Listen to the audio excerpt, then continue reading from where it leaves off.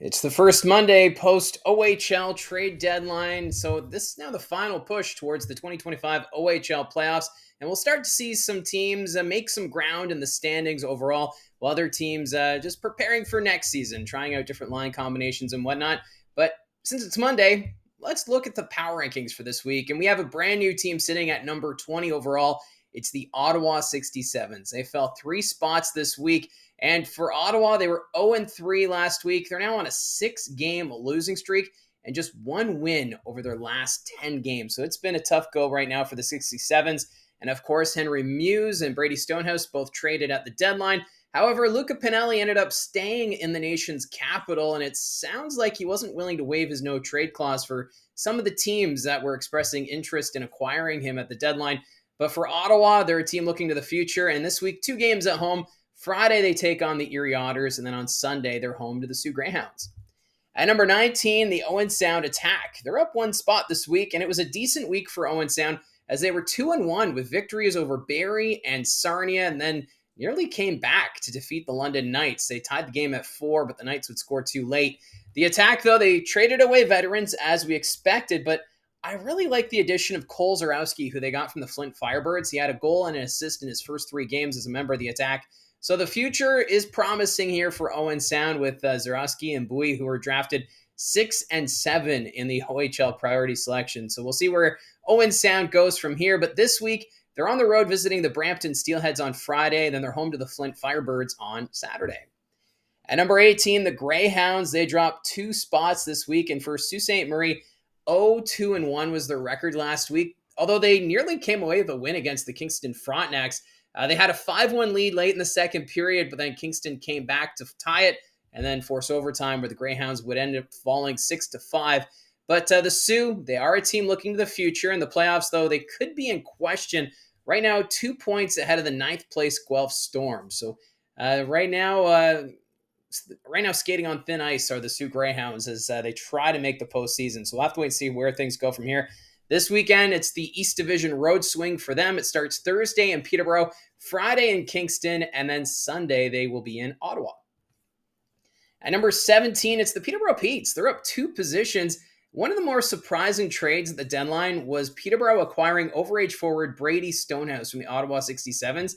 And then they had a record of 2-0-1 last week, so not too shabby. Wins over Barrie and Niagara. And of course, those are 2 top teams in the Eastern Conference standings.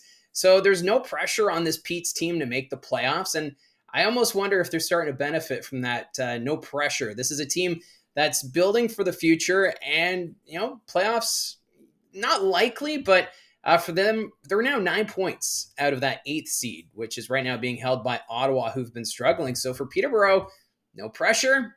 Brady Stonehouse, he's excited to be a Peterborough Pete. Where does this team go from here? We'll have to wait and see. But this weekend, they're home to the Soo Greyhounds on Thursday, and then Saturday, they're home to the Erie Otters. At number 16, the Flint Firebirds. They fell 4 positions this week. It was not good for Flint. They went 0-3, and of course, head coach Paul Flash, he's right now serving a 5-game suspension.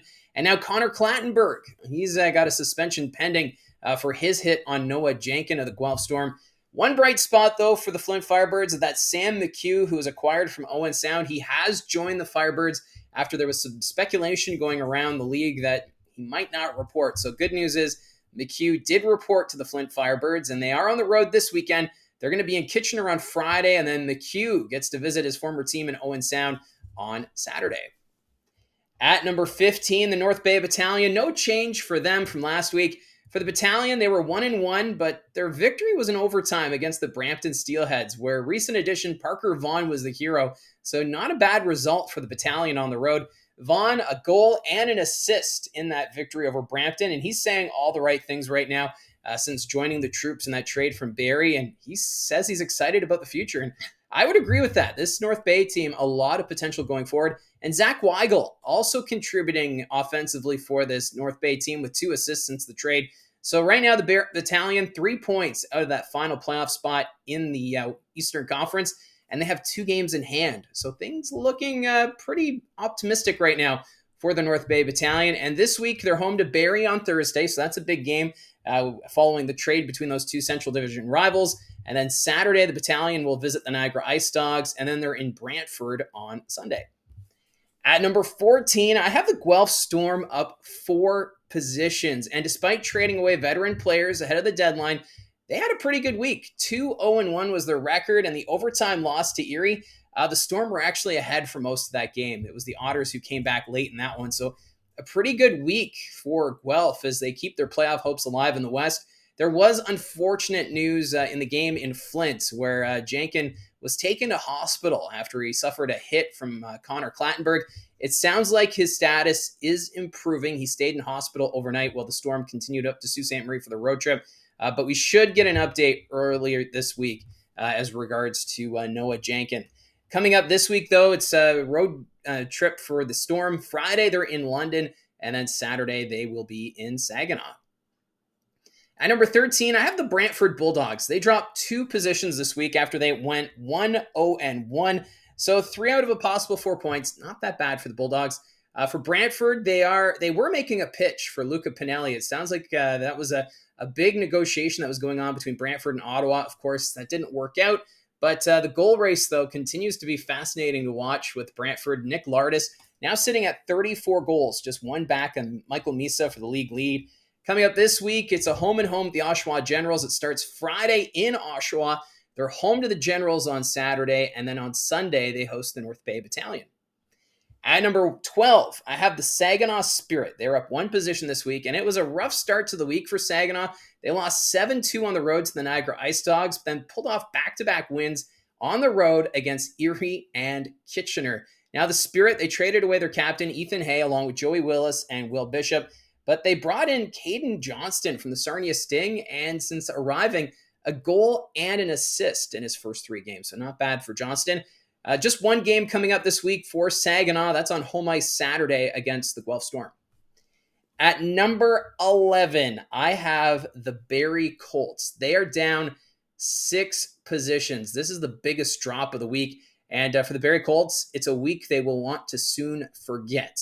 Despite the excitement of adding Anthony Romani and Owen Van Steensel from North Bay in that trade, and then seeing Bo Akey, Emil Hemming, and Sam Hillebrand back from the World Juniors, the Colts went 0-3, 2 of those losses against Owen Sound and Peterborough, 2 teams at the bottom of their conferences, so very ugly this week.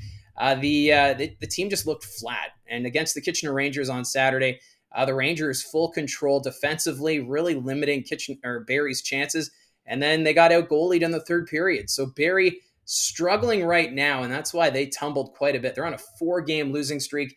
They are 3 points back of Niagara for first in the Central Division.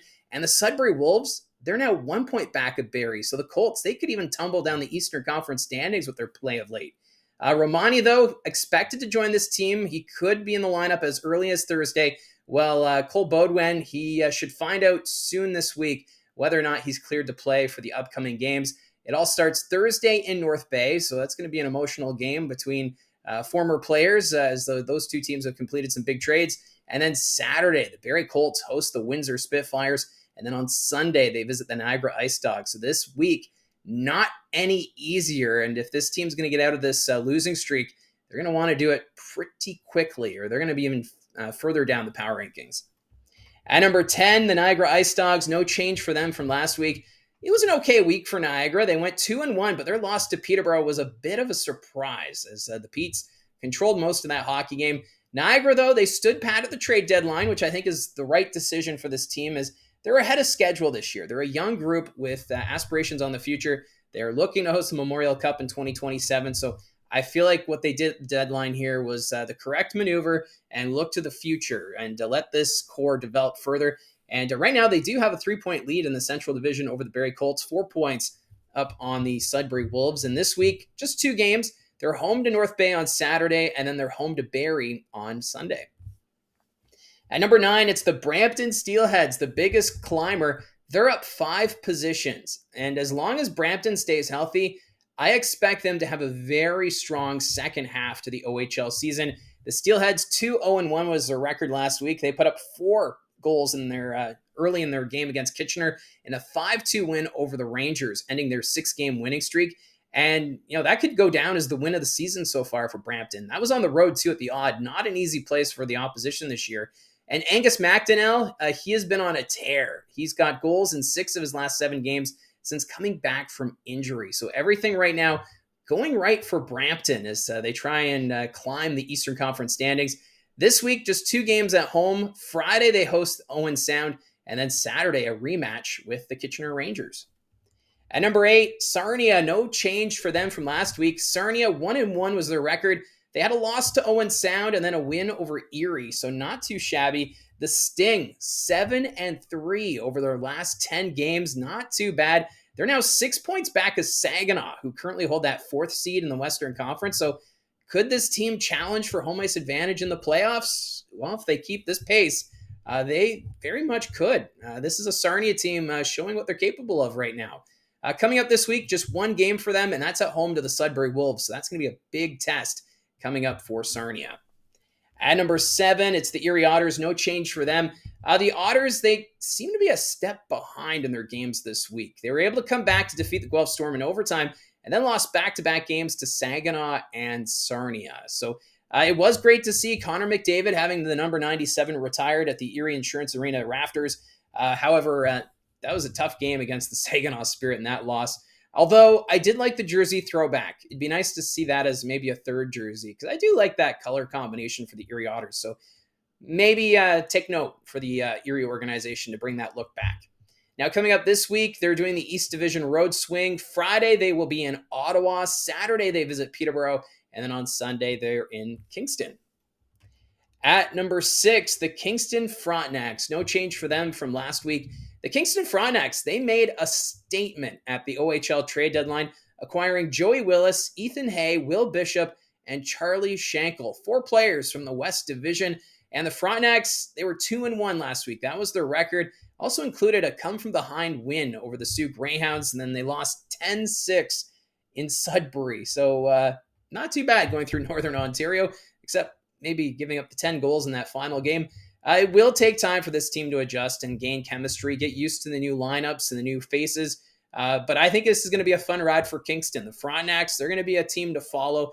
Right now, 4 points behind Oshawa for 1st in the East Division. So they're in a good spot right now. So for Kingston, they're at home this week. They're going to host the Soo Greyhounds on Friday, and then Sunday, they're home to Erie. At number 5, it's the Sudbury Wolves, who are up 4 positions. And the Sudbury Wolves, they were another team that made a statement at the OHL Trade Deadline, acquiring Henry Muse from Ottawa and Noah Roberts from Brantford. And it sounds like they were also in on Luca Pinelli, but that just didn't work out. So for Sudbury, they've been overlooked for most of the season, but now everyone, they're taking notice of the Sudbury Wolves team. They want to know, are they the real deal? So we'll have to wait and see. Plus, Quentin Musty back in the lineup from his hand injury. In the game against Kingston, he had a 5-point night. And then Kochadelic has tied a franchise record with his goal-scoring streak, which has reached 9 games. So everything going right for the Sudbury Wolves right now, but it is a very tough road trip this weekend. On Thursday, they visit the Windsor Spitfires. Friday, they're visiting Sarnia. And then Sunday, they wrap things up in London. At number 4, I have the Windsor Spitfires. They dropped 1 spot this week, and it was a battle for first place on Friday in London. The Spitfires, they did lose that one 5-1 to the Knights, but then they had a great response in Flint, winning that game 8-6. Ilya Protas, he had 5 points in the game against the Firebirds, and Liam Greentree, he's now tied with Misa for top spot in points in the OHL with 72. So this team, the offense is there. They're the highest scoring team in the Ontario Hockey League. They just need to find a way to slow down the goal scoring. And other than that, this Spitfire team looking very strong. This week, they're home to Sudbury on Thursday. Saturday, they're in Barrie. And then Sunday, they visit the Oshawa Generals. So they're facing 3 teams that are very strong right now in the Eastern Conference. So a big measuring stick here for Windsor going forward. At number 3, I have the Kitchener Rangers. They dropped 1 position, and it was a busy 3-3 for Kitchener. Started off slow with a loss to the Brampton Steelheads, but then they played an amazing road game in Barrie where they won 4-1 before losing in overtime to the Saginaw Spirit.